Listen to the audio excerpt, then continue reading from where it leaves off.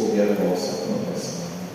Recorrendo, Santa Mãe de Deus, não desprezeis as nossas súplicas em nossas necessidades, mas livrai-nos sempre de todos os perigos. Ó Virgem gloriosa e bendita. Amém. Em nome do Pai, e do Filho, e do Espírito Santo. Amém. Amados irmãos, filhos em Cristo, a liturgia deste terceiro domingo da Páscoa já nos faz contemplar a felicidade eterna que o Senhor chama a cada um de nós. Na segunda leitura, extraída do livro do Apocalipse, João, o evangelista, tem uma bela visão. O que ele vê? Ele diz: eram milhares de milhares, milhões de milhões que proclamavam em alta voz: o Cordeiro imolado é digno de receber o poder, a riqueza, a sabedoria e a força, a honra, a glória e o louvor. João vê, amados irmãos, a liturgia celeste. João vê o Cordeiro de pé como que imolado, recebendo louvor, glória, adoração. E isso também todos nós fazemos em cada Eucaristia, sobretudo de 8 em 8 dias, o primeiro da semana, o 8º dia, o dia da nova criação. Nós experimentamos momentaneamente aquilo que estes seres eles já vivenciam na eternidade. Então, cada vez que nós celebramos a Eucaristia, acontece um antegozo. Nós já experimentamos, ainda que por pouco tempo, essa alegria perene, essa felicidade ininterrupta, esse júbilo de louvor que nós também iremos cantar no céu. Então, essa é a felicidade da qual Deus nos chama. Por isso, amados irmãos, é que nada se compara à Eucaristia. Nada. É o nosso maior tesouro. É a grande ação de graças que o corpo de Cristo presta ao Pai, no Filho, na potência do Espírito Santo. Mas o que podemos fazer para alcançar esta felicidade plena? A liturgia nos mostra. O primeiro elemento está na primeira leitura de hoje, no versículo 29. Pedro e os outros apóstolos responderam: é preciso obedecer a Deus antes que aos homens, viver da obediência do Senhor. Os apóstolos foram presos pelo Sinédrio, porque foram proibidos de falar no nome de Jesus. E aí Pedro diz: nós não podemos obedecer a este tipo de autoridade, porque a obediência, ela não é cega. A obediência é a obediência da fé. Nós obedecemos desde que aquilo que nos é colocado esteja em sintonia com a vontade de Deus. Aquilo que contradiz esta vontade, aquilo que fere esta vontade, pode ser a autoridade que for. Pode ser meu pai, minha mãe, pode ser o sacerdote, o bispo e até o papa. Qualquer autoridade que ensinar algo que contradiz a vontade de Deus, nós temos o dever, a obrigação de desobedecer. É preferível obedecer a Deus que aos homens. Toda e qualquer autoridade deve ser uma expressão da autoridade divina e não uma contradição dela. Então, meus queridos, nós precisamos viver debaixo dessa obediência. Segundo elemento que aparece na liturgia de hoje, nós precisamos viver da fé. João, ao vislumbrar o Senhor, ele diz: é o Senhor. Porque aquele que ama sempre reconhece o amado, mesmo diante das tribulações, mesmo diante das dificuldades, mesmo diante das noites escuras da vida. Nós precisamos olhar nitidamente e dizer: é o Senhor. Ele está conosco, não nos abandona, Ele nos espera, Ele nos encoraja, Ele renova o nosso ânimo, Ele restitui a nossa esperança. É o Senhor. Depois, o terceiro elemento que nós podemos extrair é a confiança. O Senhor diz: lançai a rede à direita. E eles assim o fazem. Poderiam dizer: mas ele não entende nada de pesca, porque os pescadores sabiam que o turno para pescar os peixes é à noite, não de dia. Mas a noite é a imagem da escuridão, é a imagem das trevas, e o dia é a imagem da ressurreição, é a imagem da eternidade. Por isso, eles confiam no mandato do Senhor e lançam, e aquele fracasso se transforma em vitória, aquelas trevas se transformam em luz, aquela situação desesperançosa se transforma em esperança, e aí as redes que antes estavam vazias agora se tornam redes abundantes de 153 grandes peixes. Então, meus amados, confiar no Senhor. E por fim, aquilo que é o essencial de tudo é a resposta da fé, e a resposta da fé é o amor.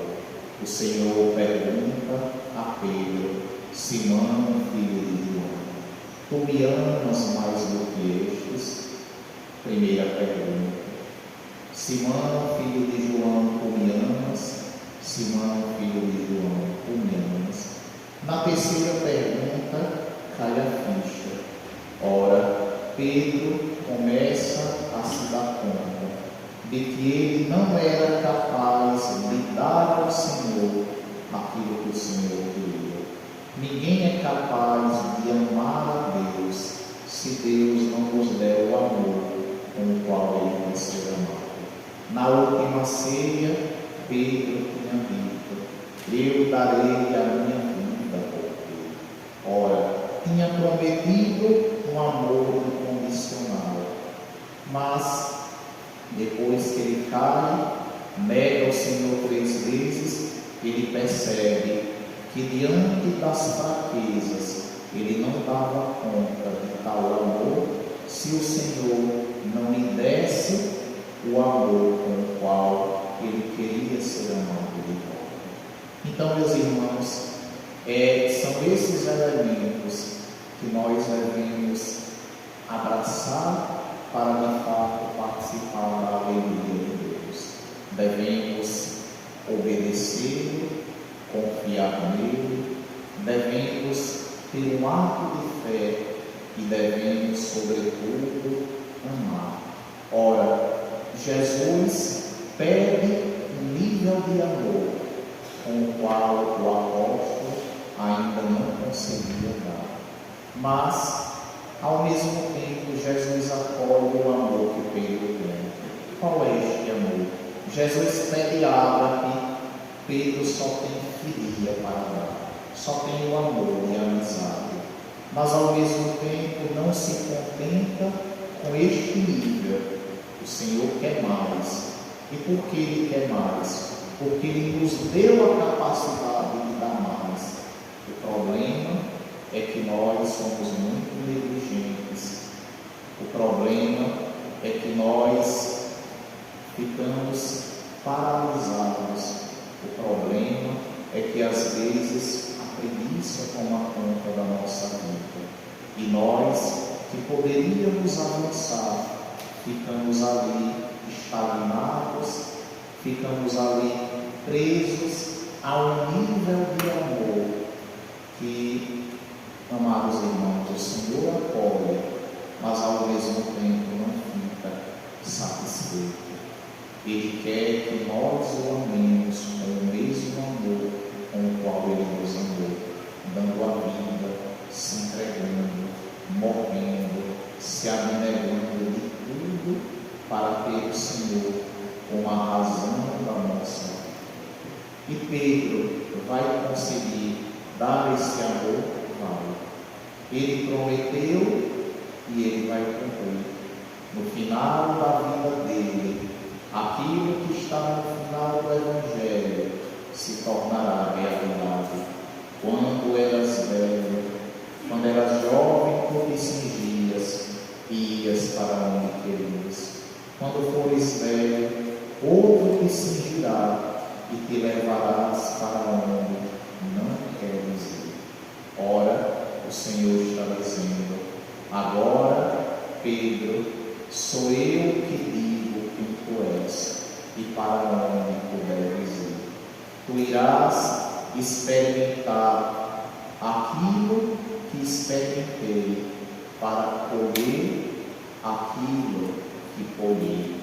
Os que lançam a semente entre lágrimas ceifarão com alegria.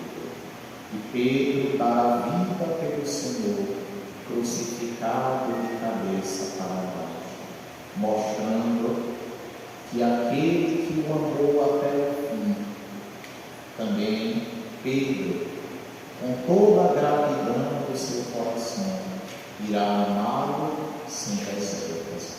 Ora, de onde vem, meus amados, este entusiasmo? De onde vem essa coragem?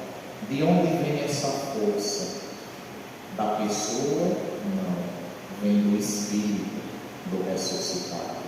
Que todos nós deveremos ter, porque todos nós recebemos, mas quando nós não lançamos a rede, ao mesmo tempo, o milagre não acontece. Ora, é assim que um dia todos nós, como os anciãos, iremos nos prostrar eternamente em adoração diante daquele que vive para sempre. Ele estará daqui a pouco aqui no altar, e que a nossa adoração seja de fato um ato de profundo amor, de profunda fé, de profunda esperança. Porque para participar um dia da liturgia eterna, nós precisamos amar a liturgia da terra. Como dizia uma santa da nossa igreja, o que vai fazer na liturgia do céu uma alma que não ama a liturgia da terra, que não tem prazer em estar com o Senhor, que não tem alegria, que não tem entusiasmo, mas que tem incômodos, que tem vários outros sentimentos, menos o sentimento de louvor e adoração. Tem vários desejos no coração, mente, alma deslocados do corpo, e por isso, o que fará diante do Cordeiro, de pé como que imolado? Não tem lógica, diz esta grande santa. Ela diz: não tem lógica uma alma participar do céu, se na sua alma Deus não habita. Não tem lógica uma alma prestar louvor eterno, se nem ao menos gosta daquilo que é o maior tesouro que Deus nos deu, a Santa Eucaristia. Então, é ilógico, diz esta santa, é injusto, e Deus, que é justo, não nos dará aquilo que a gente não quer. Que o Senhor nos ajude a reconhecê-lo diante de todas as situações, como é o coração do amante que reconhece o amado, do amado que reconhece o amado. E que em meio a todas as realidades a gente diga, é o Senhor. E que nós também digamos como estes anciãos, amém.